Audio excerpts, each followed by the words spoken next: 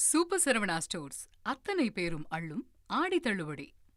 தமிழக பட்ஜெட் தொடர்பாக அன்புமணி ராமதாஸ் அறிக்கை வெளியிட்டிருக்கிறார். தமிழக பட்ஜெட் வரவேற்பு மற்றும் ஏமாற்றங்கள் என தெரிவித்திருக்கிறார். பள்ளிக் கல்வித்துறைக்கு குறைவான நிதி ஒதுக்கீடு ஏமாற்றம் அளிப்பதாகவும் நீர்ப்பாசன திட்டங்கள் வரவேற்கத்தக்கது எனவும் அன்புமணி ராமதாஸ் தெரிவித்திருக்கிறார். சேவை உரிமை சட்டம் வரவேற்கத்தக்கது எனவும் அன்புமணி ராமதாஸ் தனது அறிக்கையில் தெரிவித்திருக்கிறார். தமிழக பட்ஜெட் குறித்து அன்புமணி ராமதாஸ் அறிக்கை வெளியிட்டிருக்கிறார். விவரங்களோடு இணைகிறார் நமது செய்தியாளர் சங்கரன். வணக்கம் சங்கரன், என்ன தெரிவித்திருக்கிறார்? முழு விவரங்கள். வணக்கம்.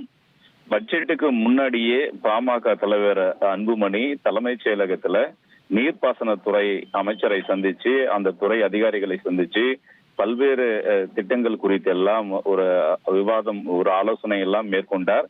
அதன் பிறகு செய்தியாளர் சந்திப்புல கூட நான் வலியுறுத்திய அறிவிப்புகள், திட்டங்கள் எல்லாம் பட்ஜெட்டில் இடம்பெறுவதற்கு வாய்ப்புகள் இருக்கிறது அப்படின்னு சொல்லியிருந்தார். இந்த நிலையில இன்று பட்ஜெட் குறித்து அவருடைய அறிக்கை வெளியிட்டிருக்காரு. அந்த அறிக்கையில புதிய அரசு பல்வேறு அறிவிப்புகள், திட்டங்கள் வரவேற்கக்கூடியதா இருக்கு. குறிப்பா சேவை உரிமை சட்டம், நீர்ப்பாசன தொடர்பான திட்டங்கள், செயற்கை நுண்ணறிவு திறன் நகரத்தை உருவாக்குவது, முதியோர் பொழுதுபோக்கு மையங்கள் ஆகியவற்றுக்கான அறிவிப்புகள் எல்லாம் வரவேற்கக்கூடிய விஷயம். இது சிறப்பான திட்டங்கள் அப்படின்னு சொல்லியிருக்காரு. அதே நேரத்துல முக்கியமான விஷயம், மேலும் சில திட்டங்கள் எல்லாம் குறிப்பா கல்வித்துறைக்கான அந்த நிதி ஒதுக்கீடு என்பது குறைக்கப்பட்டிருப்பது சரியல்ல அப்படின்னு சொல்லியிருக்கிறாரு. அதே மாதிரி பெண்களுக்கு 1 பவுன் தங்கம் பட்டு புடவை வழங்கும் திட்டம், முதியோர் நலனை கருத்தில் கொண்டு இந்த முதல் கட்டமா 5 மாவட்டங்கள்ல நூலகம், தியான மையம், உள்ளரங்கு விளையாட்டு உள்ளிட்ட வசதிகள் எல்லாம் பொழுதுபோக்கு மையங்கள் அமைக்கப்படும் அப்படிங்கிற ஒரு திட்டம் எல்லாம் வரவேற்கக்கூடிய விஷயம் என்றும் அந்த அறிக்கையில அன்புமணி தெரிவித்திருக்கிறாரு.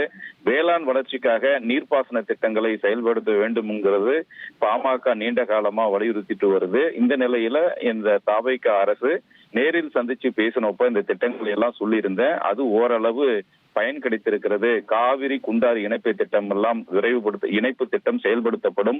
தென்பெண்ணையாறு பாலாறு இணைப்பு திட்டம், அதே போன்று தென்பெண்ணையாறு செய்யாறு இணைப்பு திட்டம், இது போன்ற திட்டங்கள் எல்லாம் அறிவிக்கப்பட்டிருப்பதை வரவேற்கிறேன் அப்படின்னு அந்த அறிக்கையில அன்புமணி சொல்லியிருக்கிறாரு. கல்வித்துறைக்கு மட்டும் நிதியை குறைக்காம கூடுதலா நிதி ஒதுக்கீடு செய்திருக்க வேண்டும் அப்படிங்கிற ஒரு கருத்தையும் அந்த அறிக்கையில அன்புமணி முன் வச்சிருக்காரு. விவரங்களுக்கு நன்றி சங்கரன். சூப்பர் சரவணா ஸ்டோர்ஸ் அத்தனை பேரும் அள்ளும் ஆடி தள்ளுபடி.